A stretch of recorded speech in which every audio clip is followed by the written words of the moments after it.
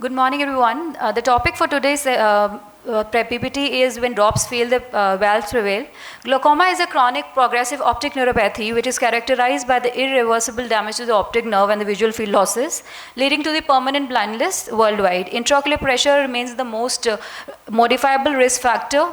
That is a cornerstone of the glaucoma management. While medical therapy is a first-line treatment, a subset of patient fails to achieve a target IOP or continue to progress, necessitating a surgical intervention. So a patient, 63-year-old male, complaining of redness, irritation, watering in both the eyes, came to us and we did the following examination, and best corrective visual acuity was 6/6 with correction, and IOP was found to be 32 and 28 in right and left eye respectively. Also on conjunctiva, in both the eyes there were congestion present in bulbar and palpebral conjunctiva. On VH grading it was grade 3, AC was deep, and we have the NS grade 2 in both the eyes. So we did a gonioscopy in which all the opens are closed at the grading of 3 to 4 Schaeffer's grading. So we did a fundus examination wherein we could see that CTR ratio was 0.5 and 0.4 respectively. This is a fundus photo showing this. So what we did was we diagnosed the patient as an ocular hypertensive in both the eyes and right eye being at the higher risk. So we planned for a glaucoma workup wherein we could see that perimetry and OCT findings were normal. So we started the patient on the following drugs: trifluprost HS in both the eyes, dorzoramide, timolol, BD in right eye, and pilocarpine TDS in right eye. So on follow-up day, congestion was still present and IOP has come to 22 and 15 respectively. And we have started brimonidine BD in right eye as well, and rest continued the same. On third week follow-up, again congestion was there, and right eye and left eye 18 and 16 was the pressure. All the medications were same, and brimonidine TDS were done, pilocarps 4 times a day, and fluorometholone was also added 3 times a day. And right now we could observe that the best corrective visual acuity came to 6 parts. On third month follow-up, the pressure was 22 and 15 respectively. And fluorometholone 3 times a day was done, and again the best corrective visual acuity by 6 parts. So on 9th month follow-up, again the congestion was still present in the right eye only, but the pressure was normal, 14 and 19. Fluorometholone was then shifted to 2 times a day in right eye, and best corrected now declined to 6/9. So disease progression on follow-up could be seen. On subsequent follow-up, the right eye showed the more evidence of progression.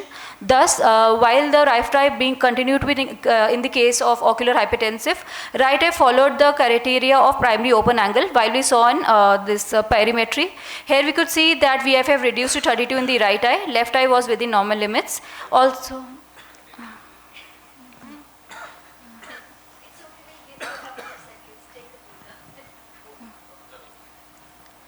and left eye was within normal limits. Also on OCT RNFL, left eye within normal limits, and right eye showed superior and nasal thinning on RNFL.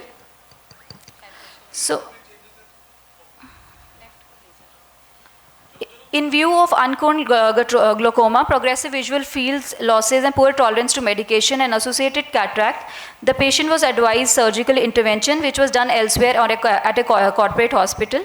So the patient was given Ahmed glaucoma valve implantation with minimal invasive cataract surgery with PCIOL in right eye. On day 1 post-op, corneal striatus was present in the right eye, and best corrective visual acuity was 6/9, and we could see that there was pressure of 4 mmHg, the phase of hypertony. So in right eye, all the medications were stopped, and on the left eye, we could continue with trifluprost HS. And day 7, the visual acuity was 6/60, mild edema was there, and pressure was 6 mmHg. On 14, it was 6/36 with pressure of 8 mmHg. On day 1 month, the best corrective visual acuity was 6/12, pressure was 17, and on day 2, it came to best corrective visual acuity of 6/9, and pressure was 21. So on third month, the vision came to, best corrective visual came to 6/9 and 6/6 in left eye, and 16 and 18 was the pressure respectively. On 5th month post surgery, it was IOP pressure of 15 and 19, and trifluprost continued in left eye and stopped in right eye. So this was a post-op pictures. And ocular hypertensive represent the elevated IOP with open angles and not initial structural and functional damage. A significant portion of the patient progress to glaucoma in the presence of risk factors such as advanced cases and systemic comorbidities. And in this cases also patient had diabetes since last 20 years and hypertensive and was on hypertensive drugs since last 5 years. So early diagnosis of ocular hypertension allowed initiation of the medical therapy, and subsequent follow-up revealed structural and functional progression in the right eye, confirming POAG.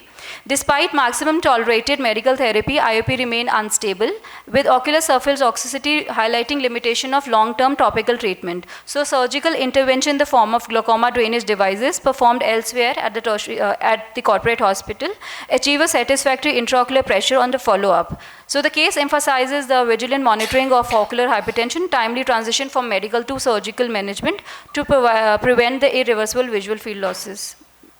So thank you.